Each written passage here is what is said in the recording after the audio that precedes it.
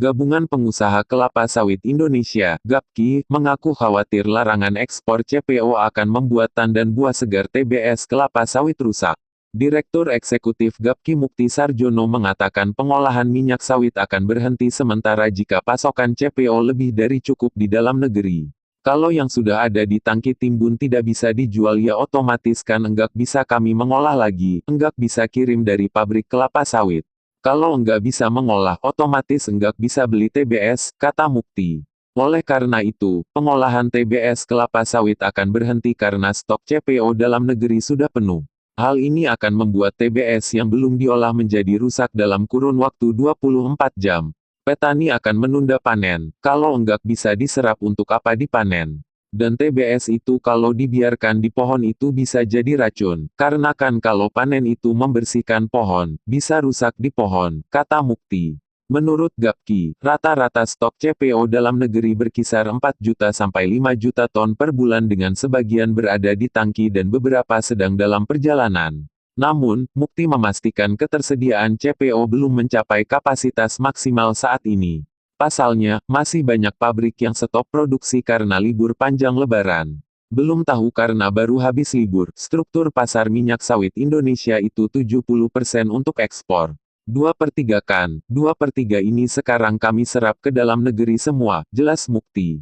Maka itu, ia khawatir jumlah pasokan CPO di dalam negeri melebihi kebutuhan domestik yang jauh lebih rendah dibandingkan total ekspor yang mencapai 70%. Penambahan domestik itu tidak akan bisa lebih, misalnya di situasi normal 30% untuk konsumsi domestik, kemudian, sekarang digelontorkan untuk minyak goreng. Naiknya berapa persen sih, masa sampai 50, ya enggak mungkin juga, tutur Mukti.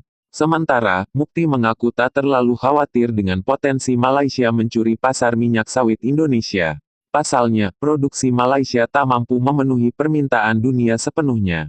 Malaysia jelas dapat untung, tapi harus diperhatikan Malaysia produksinya hanya 20 juta ton, yang kami ekspor itu 34 juta ton di pasar dunia, tapi yang jelas dia dapat untung, ujar Mukti.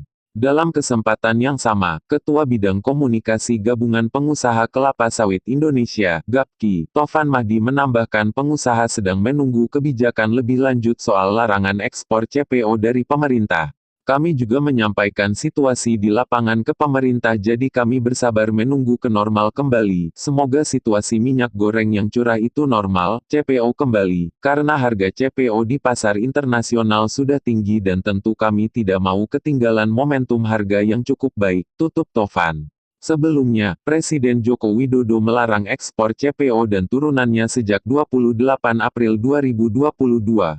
Kebijakan ini akan berlaku hingga harga minyak goreng curah turun sesuai HET yang sebesar Rp14.000 per liter atau Rp15.500 per kilogram.